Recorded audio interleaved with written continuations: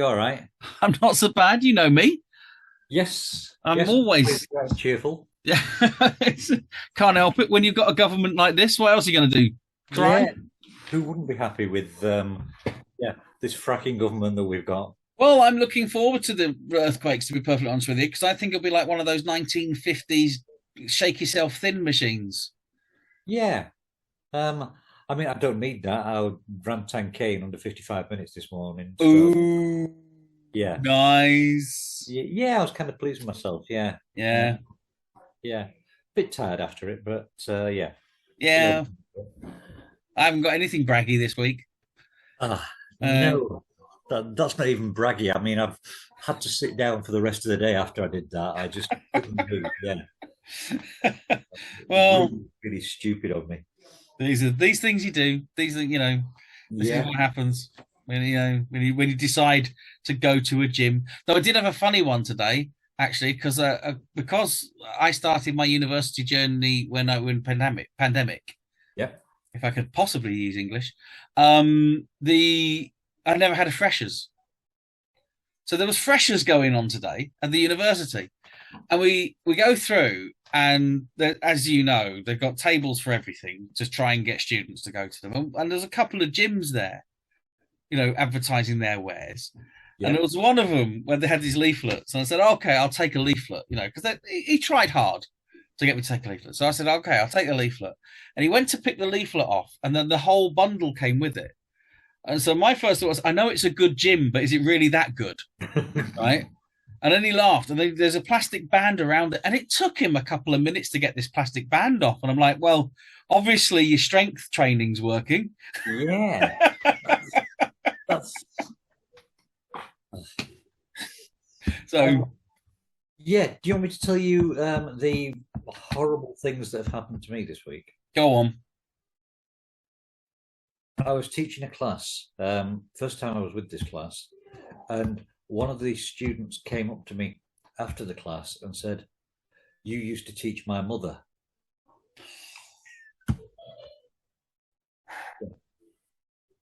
Wow. And then one of the PGCE students, not my PGCE student, but one of the PGCE students, has got in touch with me to ask if she can come and sit in a couple of my classes because I used to teach her father.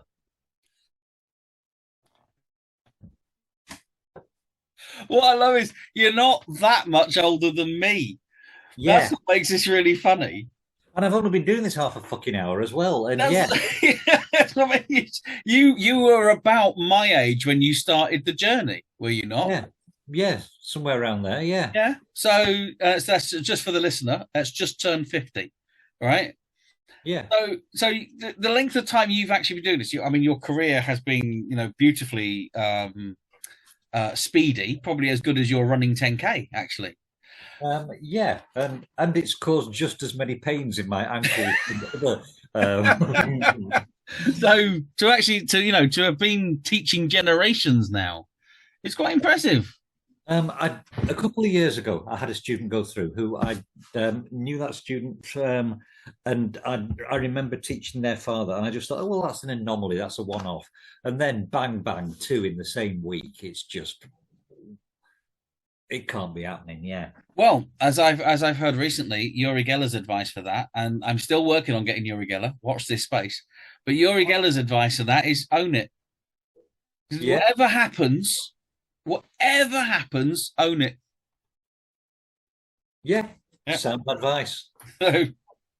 So, he said you should be going around going, I've actually taught blah blah blah. In my Yeah, short teaching career, I have taught generations. Yeah. yeah, yeah. I'm doing my best to try and own it, but bloody hell, yeah, yeah. So, Wait till you'll be decrepit. yeah. It's not as when with my classmates when I sit there and say, because I've got an exciting thing coming up. I'm going to be on Channel 5 in 2023 All right. on this kind of strange, the way I just happen to tumble into strange things happening. Yes. So I ended up having to do a comedy stand-up routine in front of Mick Miller. He's brilliant. He's very funny. He's a very funny guy. Until three of your classmates go, "Who's Mick Miller?" Yeah. Wow. The But fickle again, I world. mean, students that I was teaching today, you mentioned Back to the Future, and it's what's Yeah. that? How can anybody not know what Back to the fucking Future is? But it's true. It's what happens. Yeah. You know, if it's not front and center all the time, it's like, if can you ever remember a time in your life when Coca-Cola didn't exist, or you didn't know about it? Can you remember a time in your life where you didn't know about Coca-Cola? No, I can't. No, and yet it spends hundreds of millions of pounds on advertising every year. It's working. Obviously does. The Yeah. one year they didn't, they cut back on advertising once in the 90s, was the year Right. that Sunny Delight came out, and Sunny Delight spent more on advertising, and that year became the #1 best-selling soft drink. Wow. That's how fickle we are with memory. It's incredible. And actually, it's a great lead-in to what we're talking about this week, and I'll come to you and ask you what that is in a second. Because we changed things this week, and this is what I say about the fickleness of memory and the way that we react to things is very important in one. This is, we are currently in the 100th year of the BBC. We're currently in 2022 for those of you watching it 7 years from now. So in 2022, 100 years of the BBC, and that 100 years since the BBC became the first ever national broadcaster in the world. And we was thinking that's quite amazing when you think about it. So that was 1922 that happened. And what we're going to be talking about tonight happened in 1939. So it wasn't that far off the actual creation of radio entertainment. Then led us to, Ash, what have we been listening to this week? This week, and I've not got any notes prepared for this. This week we've been listening to the Orson Welles recording of H.G. Wells, the Orson Welles recording of H.G. Wells' War of the Worlds. It plays fast and loose with the original text, very fast and incredibly loose. We start off where you're listening to a normal radio show, and then they interrupt the show because somebody's been looking at Mars and there's been an explosion on there, and it looks like some projectile missile has come from there. And then we go back to some more of this fuck awful music for a while, and then after the fuck awful music, it's interrupted again to say that a meteor has, or a meteor, anyway, something's landed on Earth, and yeah, and then it keeps going back. And it's almost as though in this first part, we've got something akin to the found footage stories that we get later on in cinema with things like the Blair Witch and Grave Encounters and stories like that. Obviously, the things that have landed are the Martians. The Martians kill people. We encounter these deaths as though we're hearing them or as though they're being reported live on the radio. Then there's a commercial break and we get a monologue from somebody who's been wandering around and is supposedly a survivor, and then he meets a soldier, and then they don't have sex, and then it ends. You make it sound so enticing. Was that roughly what you heard? Yes. Yes. Yes. They definitely didn't have sex. They definitely did not have sex. No. They're not. No, not in 1939. Nobody had sex in 1939. Not even Hitler. No. No. What did you think to it? Loved it. I absolutely love it. Yeah, for a number of reasons. Huge number of reasons. One, you know how much I love H.G. Wells. You alerted to that last time. I am a member of the H.G. Wells Society. Yep. Okay, I didn't make the shortlist, but you know, I do have an article actually going in the newsletter for the H.G. Wells Society. And you've been long-listed by them, which I did get long-listed for the short story competition. So, you know, I'm really happy with that. And I love H.G. Wells' work, and I love a lot of his...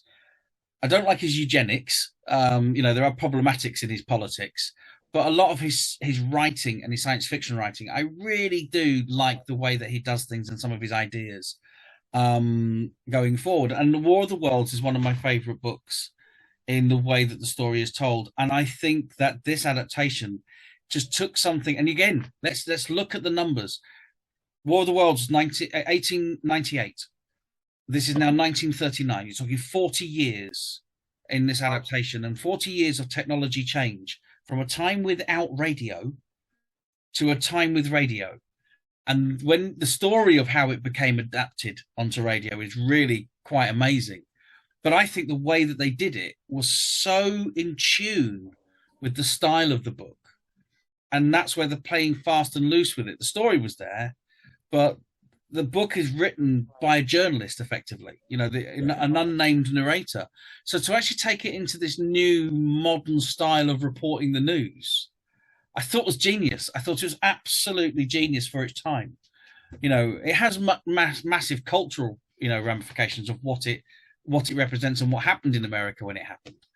But if you just look at it from a pure adaptation point of view, it's really, really good in terms of taking that stylistic point of being journalism and taking it into what people understood journalism to be in such a very short period of time. I mean, I think I liked the first half much more than I liked the second half. The first half, where it was sort of like you didn't know whether it was reality or whether it was a fictionalized event. Yes. I like that. I like the way they were playing with the expectations and the understanding of the audience. When it moved into the second part, it just seemed to be such a complete paradigm shift from here's the fan footage stuff, here's what's really happening, to oh, hello there, person who is a soldier and dressed as a soldier. Yeah, do you want some of my chestnuts? And yeah, all of that. Yeah, well, and that comes down to the actual story of the adaptation itself and how it became adapted, which is fascinating, because it's, when it was decided that that's what they were going to do, because H.G. Wells had not H.G. Wells, Orson Welles had this theatre group that was on the radio, and they were already doing adaptations of stories on the radio. And they were on every week, and it was coming up to a Halloween special. And it was one of the producers they had I think it was a 4-person meeting where it was decided they were going to do H.G. Wells. And Orson was trying to get a Broadway production going at the time because he had a failing company going on Broadway. So he was spending all his time over there. And the guy that wrote the adaptation hated the book. Right. So he was writing an adaptation on a book that he considered to be dull and boring and uninteresting and not exciting and, not getting any of the nuances of it. And so he was putting this thing together that other producers were looking at, and it was becoming this. And Orson had just said, oh, let's just do it as news stories, and gone off. And so it came to, I think it was like 2 weeks before the recording, is when Orson Welles walked in, picked up the script and gone, what is this shit? This is awful. We can't do this. And then started changing things. So it was all in studio when they started recording that they were able to rewrite massive parts of the script and all that kind of stuff. So if you actually look at the timings of everything that goes on, it's not a half. It's more than a half. Right. And that's where they were saying is because it has the wonderful kind of reputation of it made people evacuate their homes and phone in with complaints because they genuinely thought it was news stories that were happening at the time. Now, part of that is, the actual environment at the time with Hitler on the rise in Germany, in Europe was bubbling under. So you had these kind of undercurrents of war going on. Right. But the major thing was it actually broke with a lot of what was the formula of radio at that time, including that show. So it says at the beginning, right at the very beginning, this is an adaptation of H.G. Wells' War of the Worlds. Yeah. So if you missed that, you would normally get a break somewhere later on that would then say, and now we go back to. Yes. And because that took longer to get there than it normally does, it made people believe they were real radio break-ins to a normal radio show because it didn't have the half-time break that you would get if it was an actual radio play. So the second half is actually shorter than the first half. Right. And the second half basically was the original attempt at adapting it, because the original script that he wrote was an actual full cast adaptation with actors talking. So basically, by the time they'd done the rewrites, they had enough time to get to the point they got to. So the second half had to be left as the adaptation that Orson Welles thought was rubbish. I'm completely behind him with thinking that was rubbish. Were they related? In what way? H.G. Wells and Orson Welles. No, No. no. Spelt different. Well, that's why I've gone for that name on the screen at the moment. So, Tunbridge Wells. yeah. Yes. Yeah, I do think it had a lot of strengths. I think it would have pulled me in, and yeah, I can't help but sort of like equate it to what we've got with the Blair Witch, where you've got sort of like this story that's been presented as something that's really happening. So yeah, I do think that first part is incredibly effective. It's just a shame there wasn't more time for the preparation. So were people really, really believing this then? The story is that there were lots of complaints that went in. Right. So the documented stuff is there were hundreds and hundreds of people phoning in that complained about it because they thought it was real until that break. And they were glued to the radio and they thought it was appalling that they were hoodwinked in that way.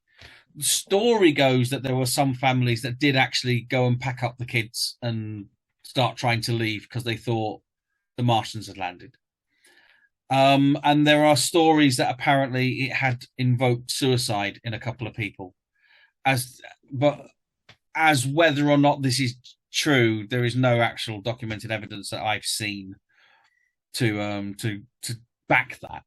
But you know, it was one of those sort of things. Orson himself had changed his story over the years. The following day, he actually said he had no idea that this kind of reaction would happen, yada, yada. And then as the years went by, he started owning it a lot more and then saying, yes, I did, know that this kind of thing was going to happen. But also there was a lawsuit in the 60s over the actual writing of the adaptation, and who was the co-author of it and all that kind of stuff. So it does have a very checkered history in itself, which is quite interesting. Yeah, and I think one of the things that it does very effectively is in that first part when we're being told that these creatures have landed, that this is happening, that there's a heat ray about. It's quite easy to visualize those things just from the narration that we're getting to the journalistic style. Yes, absolutely, and the amount of stuff that actually is a direct rip of the text as well, and then just completely changed. Like the description of the Martian. Oh my God, it's coming out. It's about the size of a bear with a quivering mouth, and he just basically describes it straight out of the book. But if you've seen the Heidelberg footage, when the Hindenburg, isn't it? Yeah. When the Hindenburg crashes, right? And the humanity. According to the records, and yes, of course, I did some research into this one because I love HG. Is the guy that actually did the announcing, who was being the radio presenter, went off and watched that on repeat for a couple of days so that he could get the correct inflections in his voice at the time. And so it does really sound like if you listen to other radio things that happen at the time from that period, it really sounds like a genuine news story. Yeah. I do like that. Is it fair to play with your audience that way? Yeah, absolutely. And then you can ask me again on the 30th. Yeah. After you've come to my night. Yeah, this is what I'm thinking. You've got a biased attitude towards this already. Yeah, I do worry about that sort of thing. Sort of like, call me old-fashioned. You can even call me conservative with a small c. But I like to be able to identify my fiction as fiction and my non-fiction as non-fiction. And when the boundaries get blurred, I worry that I'm being played. I don't know. I understand what you're saying there, actually, and it's in a funny sort of way. It's where if you ask a lot of people that don't like magic, for example, one of the reasons they don't like magic is because they don't like being fooled. That's what it comes down to. They'll put all this intellectual stuff on top of it, and then when you actually find out how the trick is, it's dead simple and all that kind of stuff. So it either comes down to they don't like magic because it's not real, or they don't like magic because they're being fooled and they don't like being fooled. And so there's a certain amount of, and I understand that as a way, and like you say, the division of fiction. Quite often, a lot of the stuff that is actually put forward as being everyone was hoodwinked by this, there is a division. It's like if you listen to the beginning of this adaptation, it clearly states it's an adaptation. It clearly states that it's H.G. Wells' War of the Worlds, and does all that kind of stuff.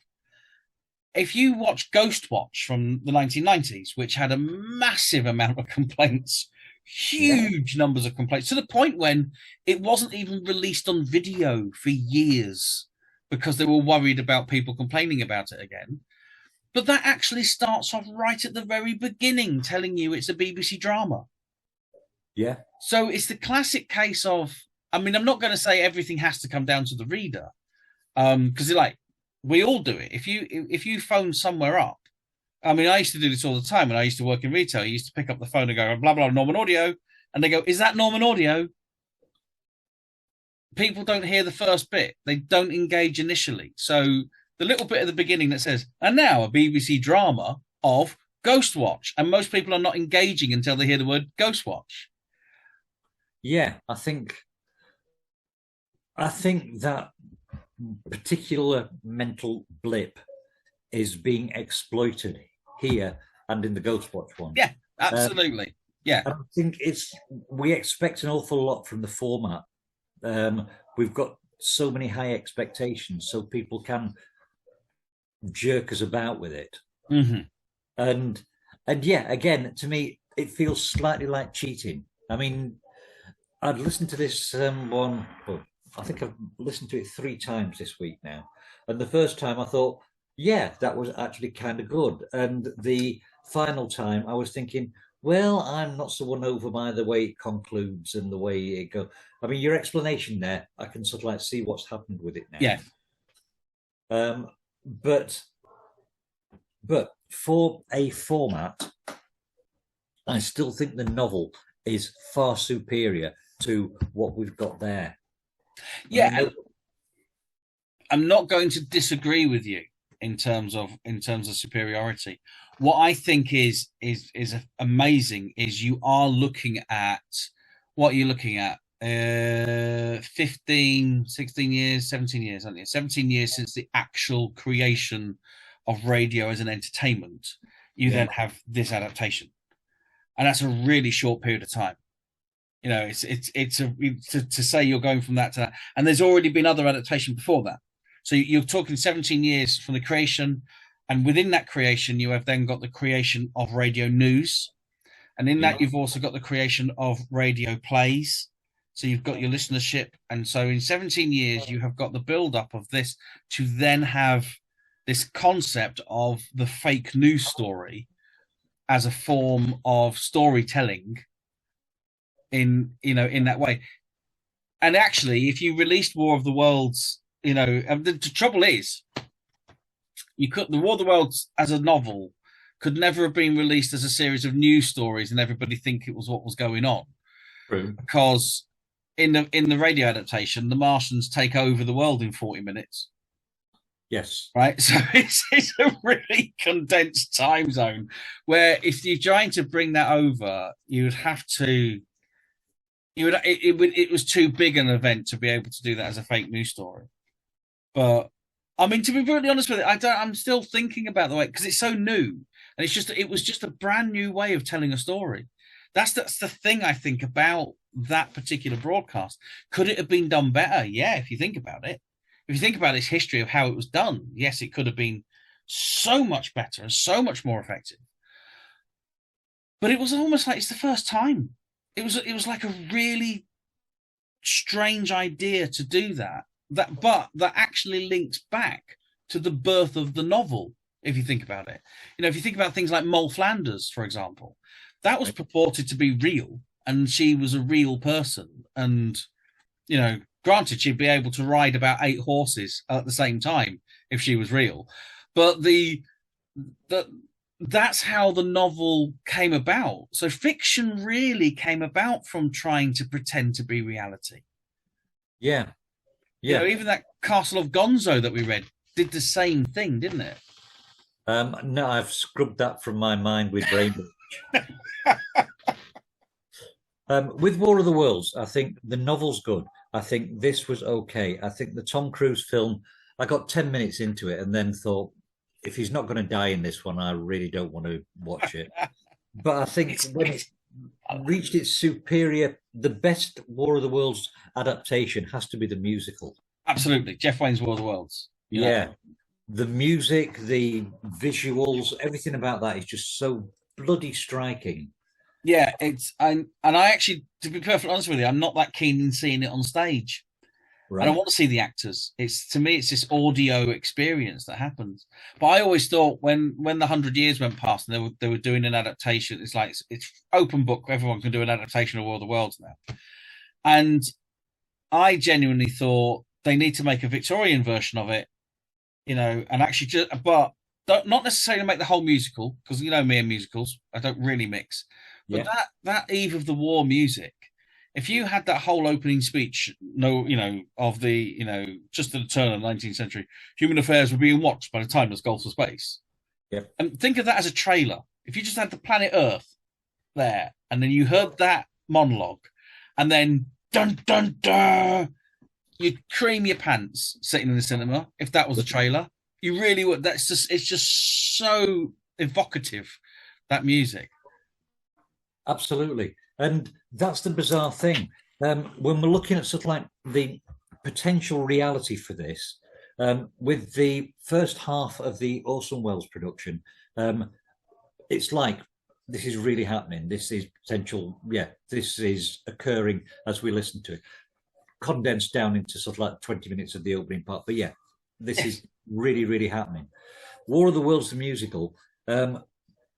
People singing about their aliens about to attack, and yeah, all the light shows and everything.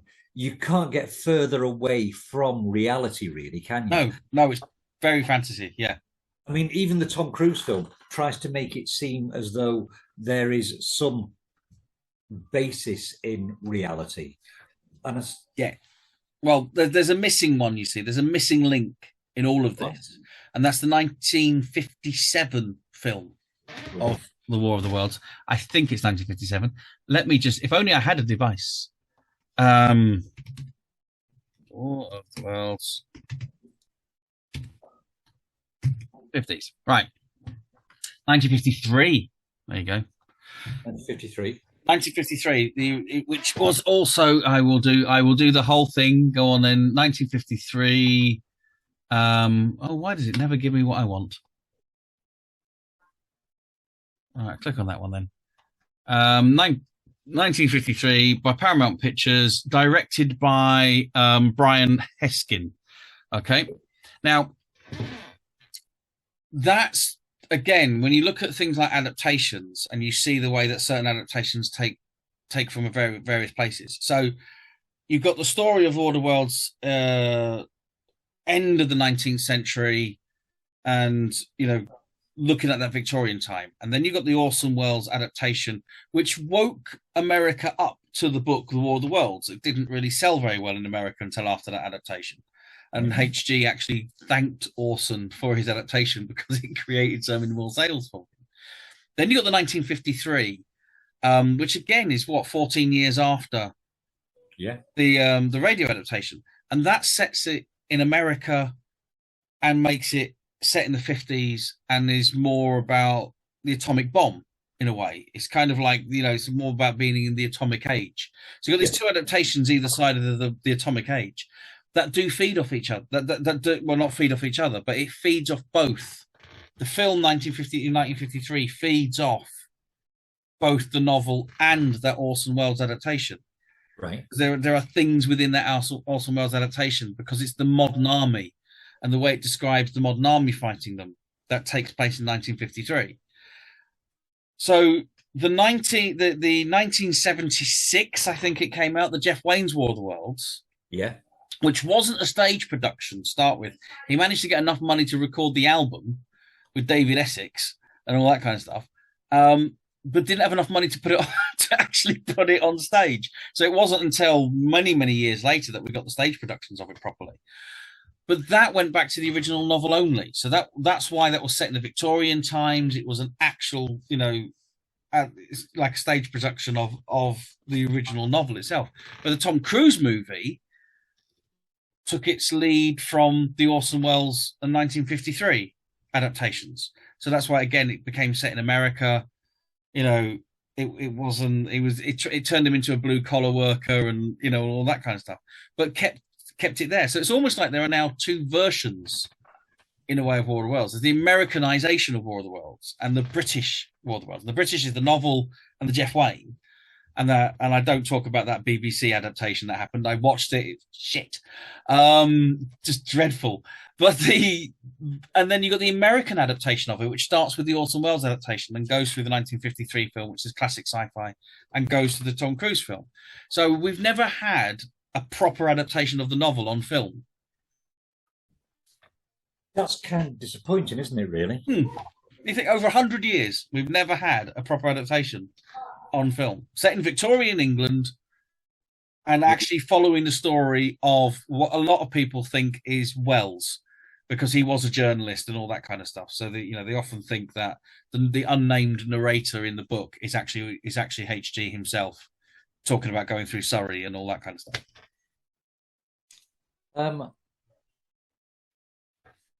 Yeah, that really, really is frustrating, because although I don't want to see an adaptation of the British version of the story, because War of the Worlds the musical is good enough for me.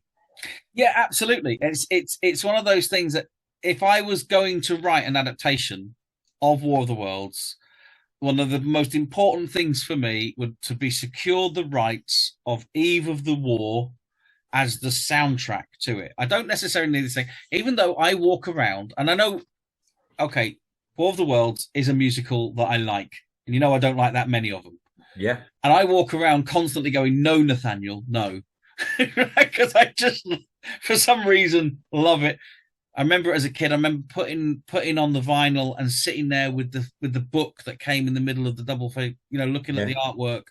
And it just invoked, it's probably the reason I like H.G. Wells is actually Jeff Wayne's adaptation. It's what got me into it. It was my feeder.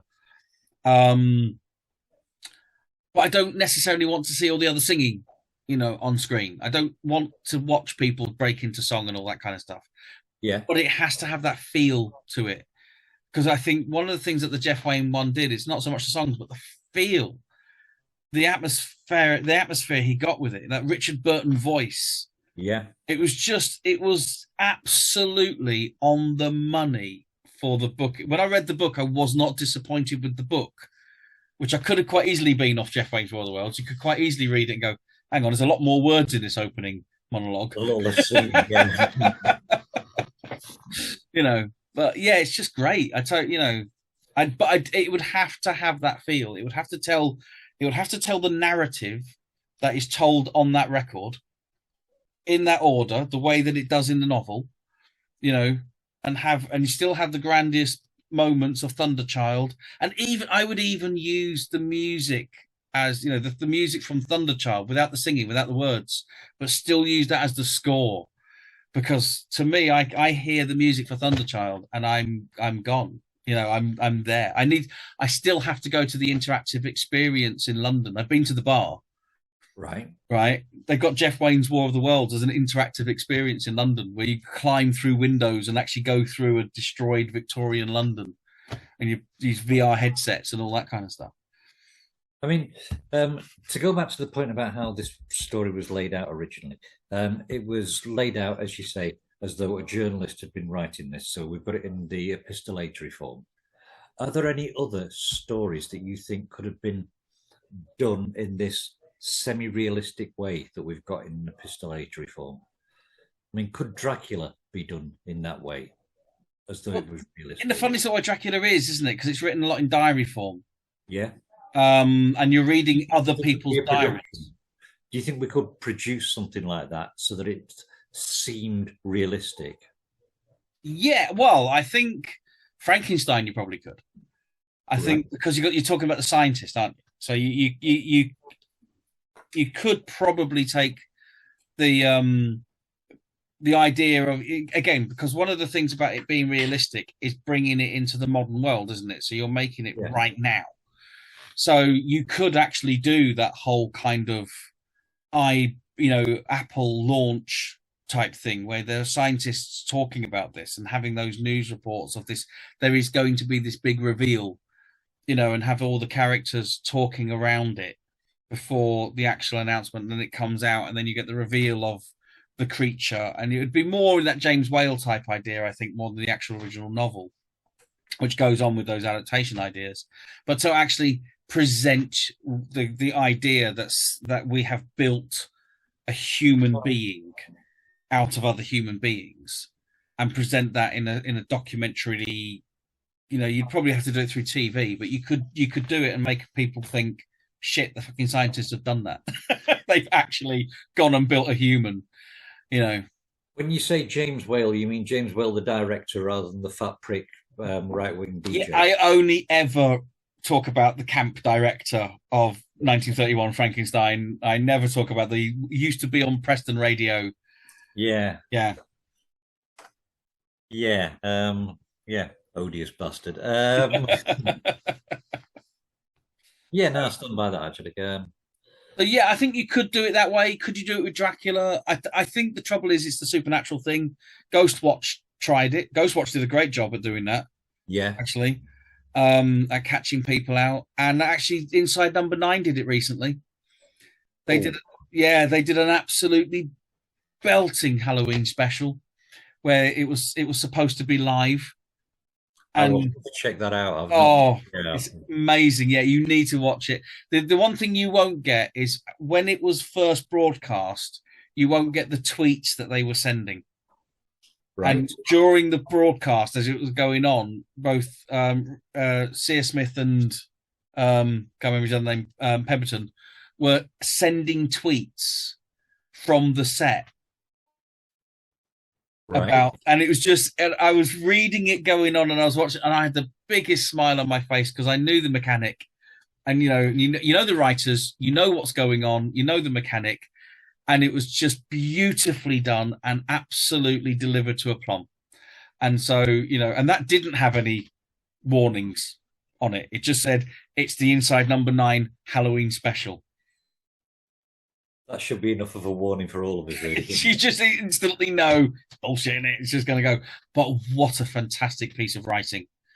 Right, I'm going to have to have a look at that one. Yeah, definitely got to have a look at that one. You sit there going, how on earth did they start this? How do you sit down and write that with so many things that are going on at the same time? It's just brilliant. So yeah, I think you could. I think you still can do that as a. I mean, the Blair Witch did it, didn't it? By being the first film to use the internet to create the additional story, so people would search it, and there would be these real things. The other one I learned recently, if you search, is it the Albert Hall? I think it's the Albert Hall. The Albert Hall has a ghost. No, it's not the Albert Hall. No, what I'm talking about. It's where basically Britain's Got Talent came from. Oh God, I can't remember the name of the theatre in London. It's theatre in London. Right. And one of the magicians did a seance-y type with photographs and all this kind of stuff, right? And they got in contact with this Abigail something or other. And you search the internet now, and this ghost turns up. This ghost of this particular theatre, and never was before Britain's Got Talent. The actual act wrote the story of it, and it's now in the actual legends of the theatre. The woman never even existed. It's just so you can do it, and I think it's great. And I do, because to me, I think I'm not into hyper reality. I like the boundaries of fantasy blurring a little bit, and I like the concept. I don't believe in ghosts, but I love the idea of them in stories. Yeah, and I love ghost stories from places, and I love that people see things because of these ghost stories. So, in a roundabout way, at the end of that discussion, Yeah, I totally think you can, and I totally agree with it. Love it. So, what we're reading this week? Oh, well, I'm going to go with the request. I'm going to go with the request that we had. One of our listeners, Danny, requested that me and you discuss The Black Cat by Edgar Allan Poe. So we're looking at Edgar's Pussy this week. We are looking at Edgar's Pussy this week. Yes, we've had that as a request. Can't wait. Love a bit of Poe. Love a bit of Poe. Love a bit of Poe. Okay, dude. Enjoyed it. Yeah. Anybody who's still listening at this point, please hit the like, subscribe, tell friends, and family. Yeah, please do, and leave comments. We've had some lovely comments recently, which have been fantastic and really do push us on a certain amount. And even bad comments. Leave bad comments if you want. We like them. Don't leave bad comments. Don't upset me. Leave nice comments. Yeah. Leave comments about dead mice. There you go. Leave nice comments saying, "Oh, actually, you don't look old enough to have taught generation." Those sorts of comments. Yeah. Cheers, mate. Right. That was brilliant. See you later, Ash. Bye. Bye.